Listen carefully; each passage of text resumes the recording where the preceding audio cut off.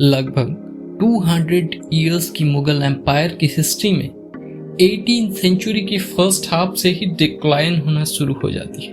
Mughal empire की power और glory Delhi के कुछ किलोमीटर तक ही सीमित रहती है, पर 1803 के अंत तक दिल्ली ब्रिटिश आर्मी के कंट्रोल में आ जाती है। दोस्तों, इंडिया के ट्रेड रिलेशन तो यूरोप के साथ एशियन टाइम से ही था, पर मेडिवल टाइम पर एशिया के ट्रेड्स को मोस्टली अरब मर्चेंट और सेलर्स के द्वारा ही मेडिटेरियन सी के थ्रू यूरोप भेजा जाता था, जिसका सबसे ज्यादा फायदा इटली को हुआ। दोस्तों, ईस्ट और वेस्ट के बीच ट्रेडिंग पर 1453 को ऑटोमन कॉन्क्वेस्ट के बाद टर्किश रूट पर न्यू नेशन को मानने से रिफ्यूज कर दिया और ट्रेड्स पर मोनोपोलाइज कर यूरोप और एशिया के ट्रेड को डिफिकल्ट कर दिया, जिसमें स्पेन और पुर्तगाल जैसे नेशंस के पास ट्रेड्स का कोई शेयर नहीं था। एशिया के साथ इस तरह ट्रेड का डिफिकल्टी को देखते हुए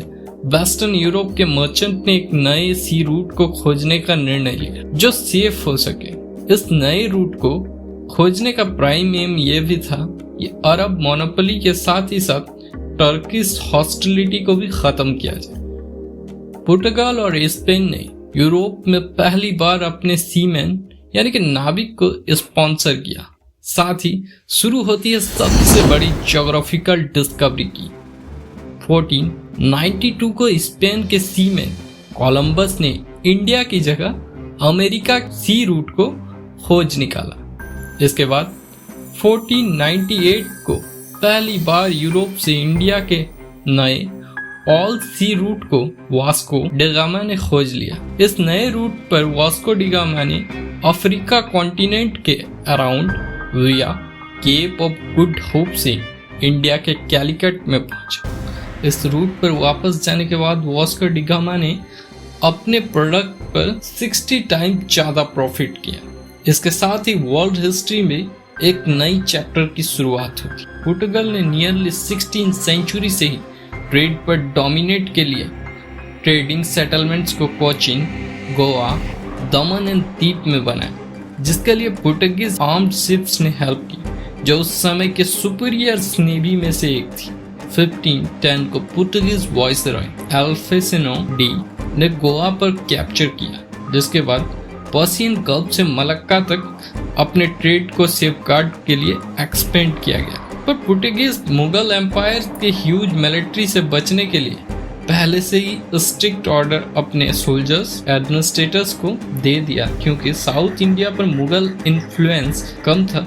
इसीलिए पुर्तगीज को कभी भी ह्यूज मुगल आर्मी का सामना नहीं करना पड़ा। दोस्तों, पुर्तगीज के हाई प्रॉफिटेबल ट्रेड जैसे गोल्ड, पर्ल्स, कार्डमम एटसेट्रास को देखते हुए 1599 को इंग्लैंड के मर्चेंट ने भी प्रॉफिटेबल कॉमर्स पर एक नई इंग्लिश एसोसिएशन या कंपनी को ईस्ट के साथ ट्रेड करने के लिए बनाया, जिसे पॉपुलरली ईस्ट इंडिया कंपनी के नाम से जाना जाता है। ईस्ट इंडिया कंपनी को दिसंबर 31, 1600 में क्वीन एलिजाबेथ से royal charter and exclusive privilege to trade in the east grant किया गया। 1608 को ईस्ट इंडिया कंपनी ने एक फैक्ट्री को सूरत में एस्टेब्लिश करने का परमिशन मुगल एम्पायर के बादशाह जहांगीर से मांगा, पर इसमें ईस्ट इंडिया कंपनी को वेस्ट कोस्ट के कई जगह पर फैक्ट्रियां ओपन करने का रॉयल फरमान मिल पाया। इस फरमान से ईस्ट इंडिया कंपनी सेटिस्फाइड नहीं था। 1615 में मुगल बादशाह जहांगीर से सर थॉमस रो ने सभी पार्ट्स पर फैक्ट्रियों को ओपन करने का सक्सेसफुल परमिशन पा लिया था। 1662 में पोर्टुगीज ने बॉम्बे आइलैंड को इंग्लैंड के किंग चार्ल्स सेकंड को डॉरी के रूप में गिफ्ट कर दिया।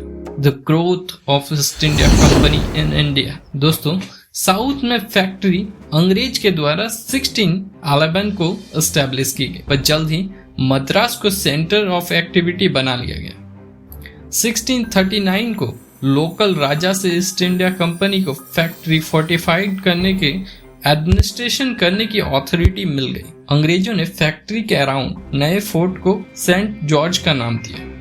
दोस्तों, 1686 के समय तक ईस्ट इंडिया कंपनी और मुगल एम्पायर के बीच पावर हॉस्टिलिटी शुरू हो गई। मुगल्स के लैंड पावर को अंडरमाइन करते हुए ईस्ट इंडिया कंपनी ने औरंगजेब से वॉर डिक्लेयर कर दिया, पर मुगल आर्मी के सामने इतनी छोटी सी कंपनी की आर्मी टिक न पाई, जिसके बाद अंग्रेजों ने पार्डन के लिए हम्बल पिटिशनर की तरह माफी मांगी। औरंगजेब ने ईस्ट इंडिया कंपनी को पार्डन तो दिया, लेकिन उसकी जगह ट्रेड को रिज्यूम करने के लिए 1,15,000 रुपीस वॉर कंपनसेशन के रूप में लिया।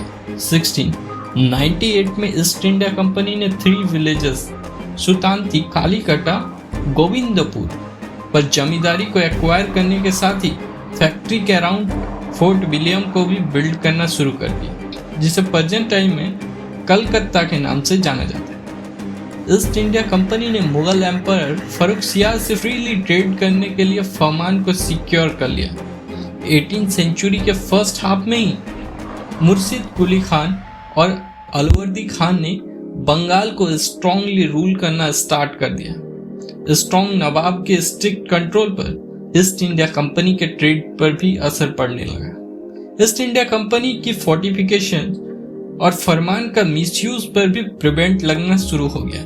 दोस्तों, 17th सेंचुरी के एंड तक मुगल एम्पायर की पावर डिक्लाइन हो गई थी, क्योंकि 1714 में नादिर शाह का इन्वेजन मुगल आर्मी पर सेंट्रल अथॉरिटी को खत्म कर देता है, जिसके बाद मराठा एम्पायर के बार बार हैदराबाद पर इन्वेड करने से पॉलिटिकली एडमिनिस्ट्रेशन अनसेटल्ड हो जाती है। अनसेटल्ड होने का रिजल्ट यह हुआ कर्नाटिक वॉर ऑफ सक्सेशन। यह परफेक्ट अपॉर्चुनिटी था फॉरेन पावर्स और ईस्ट इंडिया कंपनी के लिए, ताकि वो अपना influence, political control southern India पर बना सके।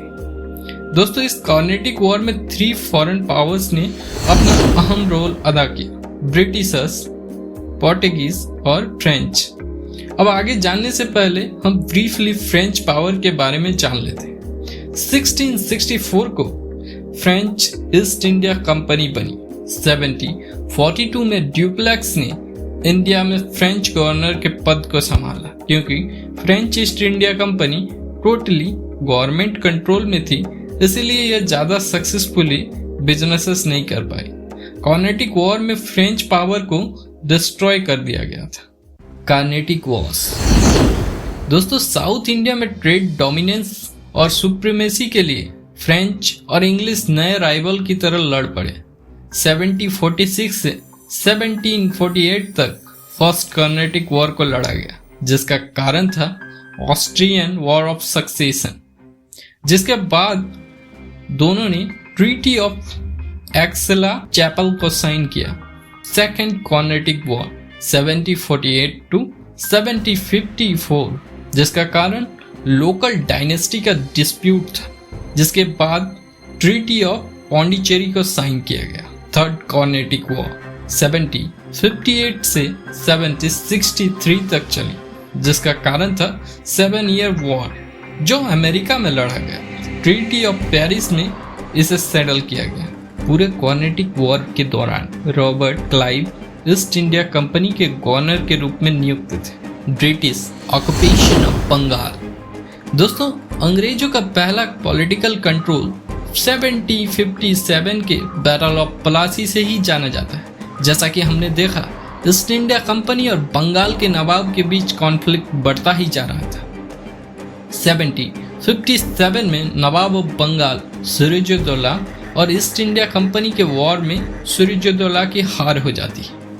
प्लासी की वॉर में ईस्ट इंडिया कंपनी को रॉबर्ट क्लाइव ने लीड किया था। क्लाइव ने मीर जाफर, जो उस समय के मुगल आर्मी के चीफ थे, यानी कि बंगाल के नवाब के आर्मी के चीफ थे, को नया नवाब बनाने का प्रॉमिस किया था, जिससे east India company freely trade पर कंट्रोल पा सके। और रिजल्ट यह हुआ कि सिराजुद्दौला जब वॉर पर गए तो उसके आर्मी ने उसे हेल्प नहीं किया। 1757 से 1716 तक ब्रिटिशर्स ने मीर जाफर के टेन्योर में उनके नए नए फरमान से सेटिस्फाइड नहीं थे, इसीलिए मीर कासिम को 1760 में बंगाल का नवाब बना दिया गया, जिसका टेन्योर केवल 4 ईयर तक ही चला।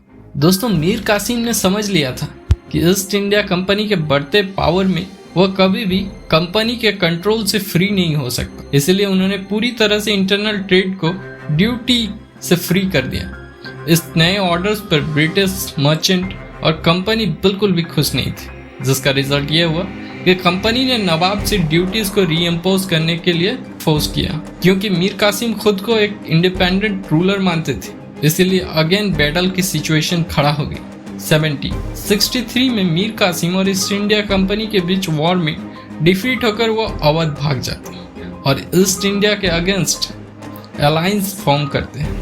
अक्टूबर 1764 3 मोस्ट पावरफुल एलाइज, जिनमें Nawab of Awadh Sirajuddaula, Nawab of Bengal Mir Qasim, Mughal emperor Shah Alam second और ईस्ट इंडिया कंपनी के बीच बक्सर में वॉर होती है। इंडियन हिस्ट्री की इस डिसाइसिव बैटल में इंग्लिश आर्मी की सुपीरियरिटी को प्रूव किया, जहां एक के बाद एक सारे अलायंसेस धीरे धीरे हार जाते हैं। 1764 के पूरे वॉर को बैटल ऑफ बक्सर या पटना ट्रेजेडी के नाम से जाना जाता है, जहां हेक्टर मुनरो ने ईस्ट इंडिया कंपनी के आर्मी को लीड किया था।